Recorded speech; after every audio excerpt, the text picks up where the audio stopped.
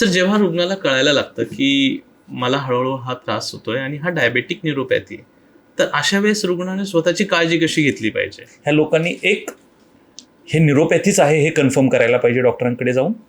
2, आपली sugar control ठेवणं आवश्यक आहे. आणि 3, त्याच्यावर वेगवेगळ्या पद्धतीच्या उपचार पद्धती आहेत त्या घेणं आवश्यक आहे. पण रुग्णाने जर स्वतःचं डाएट असेल, खानपान पद्धती असेल किंवा लाईफस्टाईल असेल, याच्यात जर चेंज केला तर याच्यावर परिणाम होतो का? सो ह्या लोकांनी रेग्युलर एक्झरसाईज करणे, आपल्या डायबेटिक डाएट करणं म्हणजे शुगर आणि पांढरे पदार्थ न खाणे, B12 व्हिटॅमिनच्या जर कमतरता असेल तर त्याच्या काही औषधं घेणं आणि पायाची हाताची प्रॉपर काळजी घेणं, जखमा न होऊ देणं, ह्या गोष्टींनी बऱ्याचदा आपल्याला पॉझिटिव्ह रिझल्ट्स पाहायला मिळतात.